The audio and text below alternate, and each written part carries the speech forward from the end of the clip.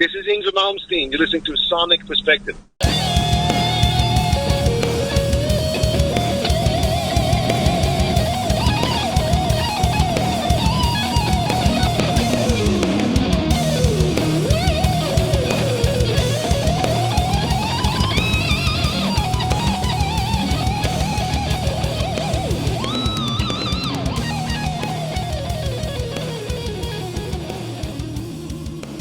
Hello everyone, and welcome once again to Sonic Perspectives. I'm Rodrigo, and today I have the pleasure of speaking with the guitar extraordinaire Yngwie Malmsteen. Yngwie, thank you for joining us. Hey, thank you. How you doing?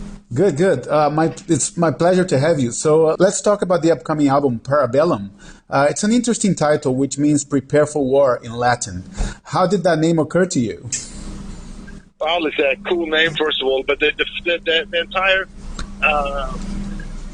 quote is Civis pacem Parabellum. Yeah. If you want peace, prepare for war. And it's really kind of like some old Roman centurion said that or something. It's really cool. I like it. Yeah. I like stuff like that. Yeah, absolutely. And on your previous album, Blue Lightning, you revisited some blues tracks and added a few of your own. Did that effort influence what you did on Parabellum in any way, or? No. It's a totally separate thing. Okay. Tell me about the album cover this time, which was done by an artist called David Benegas, and it will soon go to auction, right? That's correct. Yeah. And it's going to go to... all the proceeds are going to go to foster children. My wife's idea, and I liked it a lot. I think it's a great idea to do the boat painting, and it's going to be April Way Children's Foundation. Everything goes there. Okay. When can the fans be aware of the auction? I don't know the exact detail on that, but it's going to be well advertised for it. Okay. Fair enough. And it seems that you're taking matters into your own hands and playing almost every note and instrument on the album. What drives that? Is it a need for creative control, or where does that come from? Well, it's an interesting question. Here's the thing. I have to go back to when I was a little kid. I was 7 years old. And I started playing guitar. My first guitar when I was 5. And I grew up in a family, everybody is classical musicians and violinists and opera singers and stuff like that. So long before I was born, in 1950, my uncle built a recording studio in a building that my grandmother owned. And so I actually was given free rein to run around in there. And I learned how to play all instruments. I would do all my recordings playing all instruments from very early age. And in fact, the tape that I sent to America, the Guitar Player magazine, in 1982, is me playing drums, bass, keyboards, and guitar and vocals. Oh, wow. And so this is nothing new. And I basically have always done this. I've always showed the drummer what to play, and I've always written all the parts for the keyboard player, the singer, or whatever, whoever's on record. You can understand something. Since 1984, I've been a solo artist. Yeah. So whoever I've been hiring for any purpose, record or tour or whatever, they've been a hired hand. I pay them a salary, and they play what I tell them to play. So if I play myself, or I tell them what to play, it's the same thing, to me. Yeah. Because to me, it's the result of the music that matters. Fair enough. I happen to enjoy doing it too. So. Okay. And 4 of the songs here feature vocals, and I think you're getting better and more comfortable at it with every release. When was it that you realized you should take on vocals and not have a lead singer? And did you get any formal training to do it, or? It's funny you say that too, because okay. So when I was a little kid, I started playing in bands. I was like 8 or 9 years old. And yes, and I used to be in bands where the other guys were 20 years old. I was like 9. And then, when I became a teenager, I found people that were my age, and I was always a lead singer. I was always a singer in the band. I was the lead guitar player and the lead singer and the songwriter, always. Then when I came to America, I made a record with a couple of bands basically, But except for Steelers, that I didn't really write anything. But Alcatrazz, I wrote all the music and the lyrics. Not the lyrics, but vocal melody line. So I've always been involved with that stuff. It's just, it just feels right. It just feels right to go back to doing it like I feel it should be done. And also, some of my lyrics in that, they couldn't be sang by anybody else anyway. It's personal, I see. You know what I mean? Yeah. And I've seen you live. You have a great stage presence and you move around a lot. You must have had at least some kind of physical preparation when you added singing to what you already did on stage, no? Yeah, it's a lot of work, that's for sure. Yeah. One of the, you gotta find this funny, but one of the most important things is sleep. You gotta get sleep, and that's just for your muscles to heal from running around, and also your voice, So the sleep is extremely important. So I make sure I have a very comfortable tour bus, and so that but let me tell you, it's a lot of work. I put a lot of energy into what I do on stage, for sure. Yeah. Yeah, I can tell.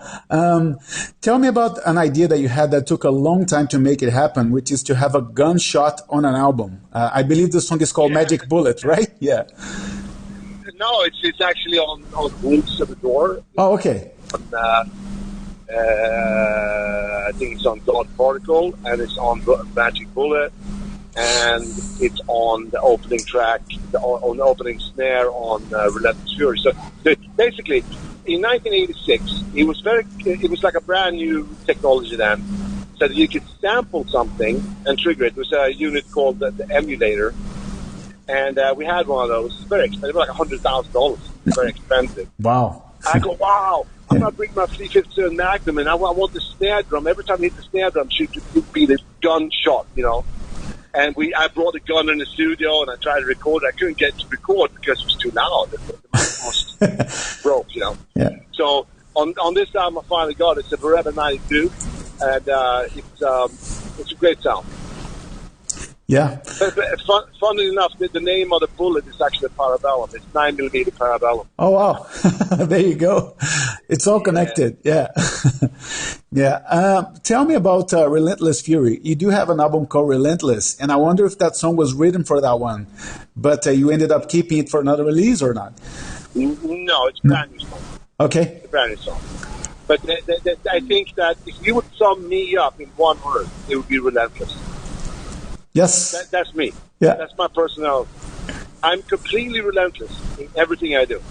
And it's just, I don't know, it just felt like I had to have it in there too, because it's the lyrics, it's about basically, you got to remember, I come from a very unlikely background. I come from a little socialist country in Europe. Yeah. where you were told like, you can't be anything, you can't do anything, shut the fuck up and don't do it. You live it. Basically, the anti-American way of thinking, basically saying that you are nothing, you will never be anything. Whereas in America, they tell you, if you work really hard, you can be the president of the United States. And stuff. So it's a very unlikely background. So in order for me to actually come from there and succeed in breaking out of there, you have to be relentless, because they do everything they can to discourage you. Yeah, I can relate. I've been to Sweden, man, a couple of times for work. I can definitely relate to that. Absolutely. Yeah. Wow. Yeah. Yeah. Tell me about Wolves at the Door. It was one of the first songs to be revealed, and it's a homage to Paganini in there, right? Yeah. Yeah. And why not? Of course. Yeah. And I couldn't help but notice the lyrics of that song mentioning "Don't Tread on Me." Is that intended as a political statement or not? I'm not political. Uh-huh. I have very strong political views, but I keep them to myself. Okay. Because I don't think that you should mix art and politics, because I love everybody. I love even people that don't agree with me. I love them all, and I don't want them to think that my music is made for only people that agree with what I think. So I don't think politics and music or art in general, movies and stuff like this, I don't think it goes. So I don't. However, I like to write symbolic lyrics, which can be interpreted in a lot of different ways. So I'll welcome you and everybody else to interpret it the way you feel.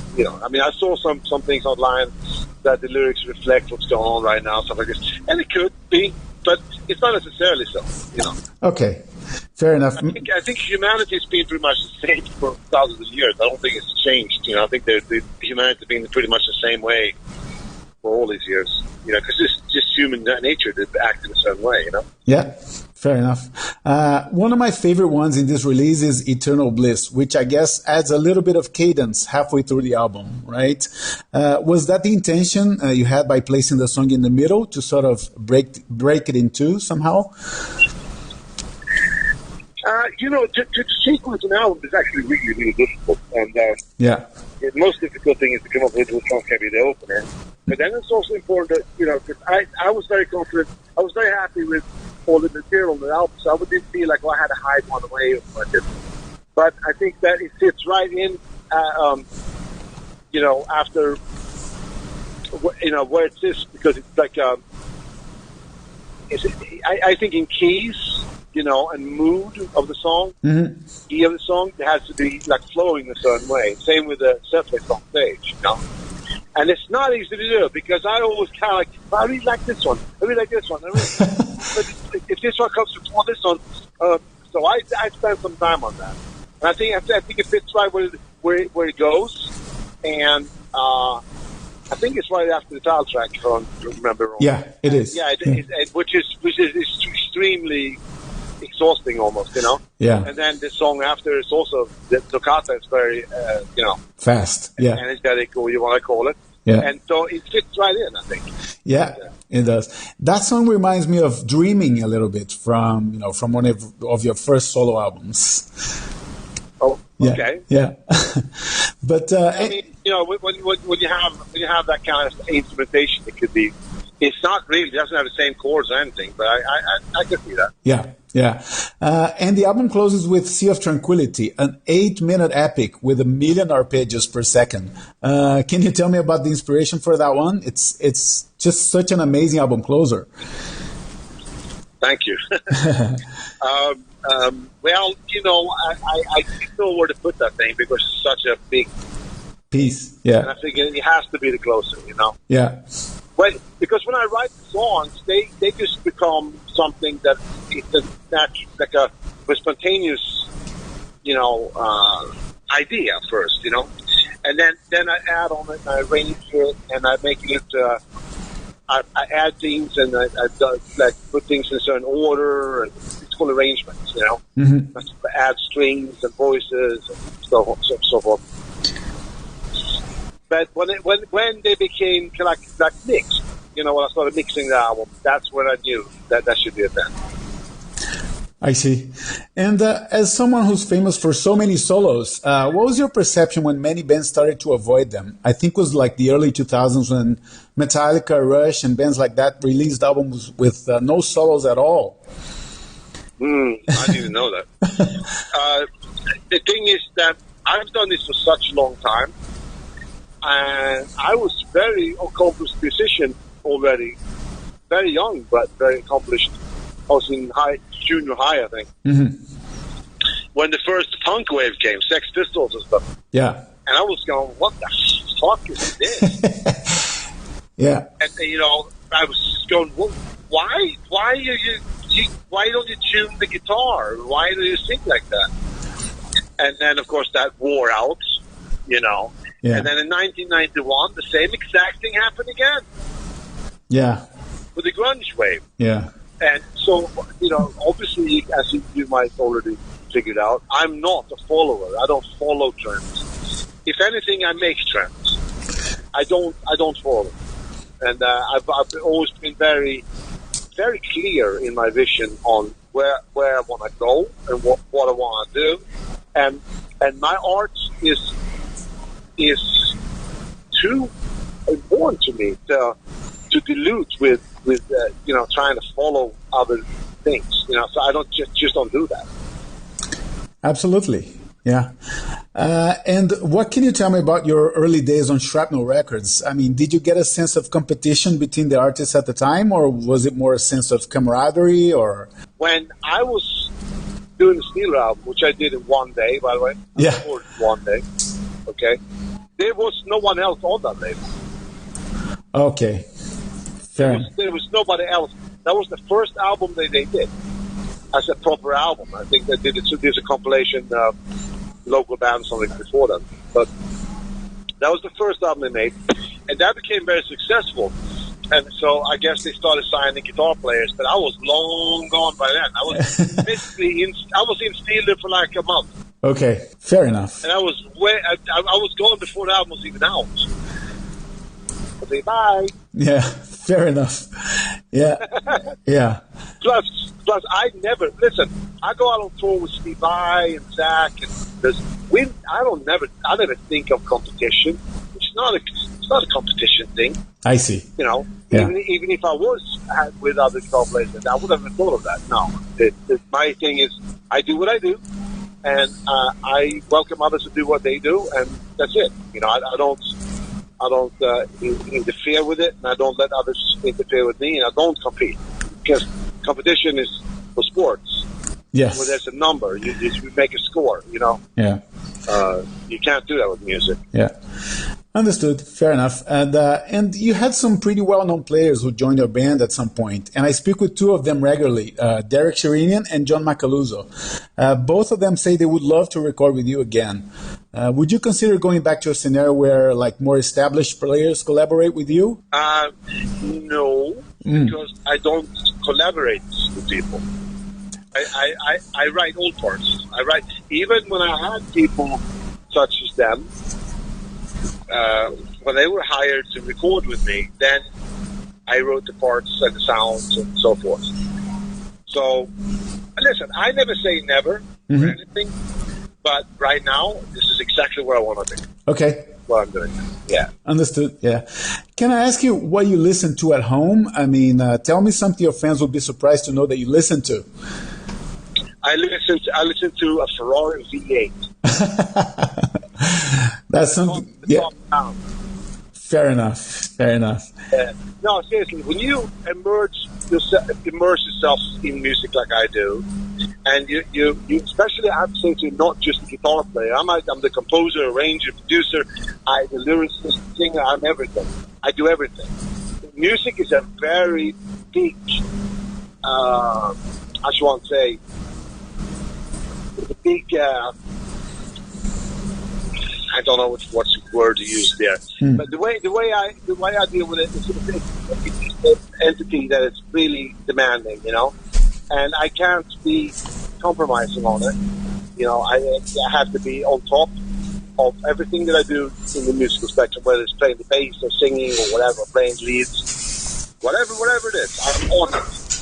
And so when I don't do that, or when I'm not on tour, I tend to be interested in other things. You know, I do other things that actually strengthens my inspiration to play when I come back. So I do not listen to music, even in my car.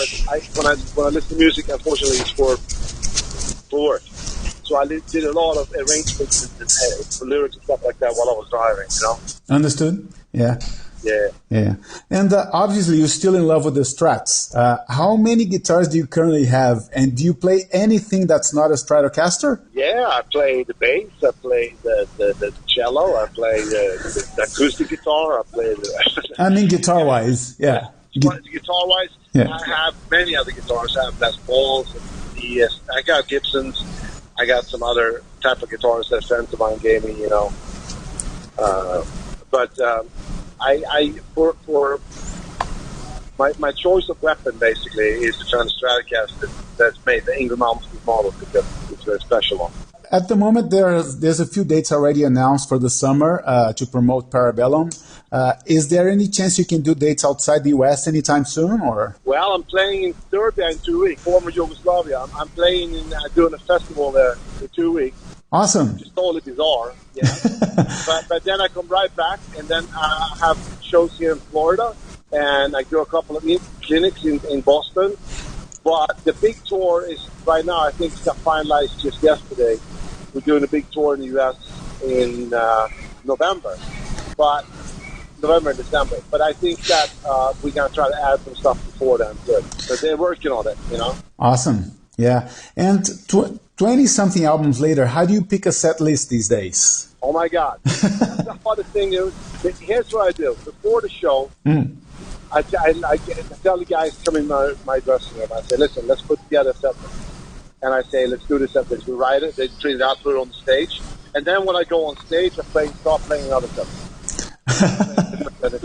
Yeah, so that it's extremely difficult. It's almost impossible to put one together. And I always do different things. I never do the same one. Understood. And now that I have the new stuff as well, it's going to be even harder. Yeah, you have to play. Say 12 hours. Yeah, to address everything, right? Maybe like an evening with Yngwie or something like that, right? Yeah. Already like that. Yeah. Yeah. Well, I live here in Canada, and I hope we get to see some live dates very soon from you and other artists as well, because things here are slowly starting to pick back up. So fingers crossed. Yeah. Yeah. Yes, absolutely. Yeah. All right, Yngwie, thank you so much for your time, and all the best with Parabellum. And like I said, I hope to see you on stage here as soon as possible. Thank you very much. Me too. Thank you, man. Take care. Bye. Bye-bye.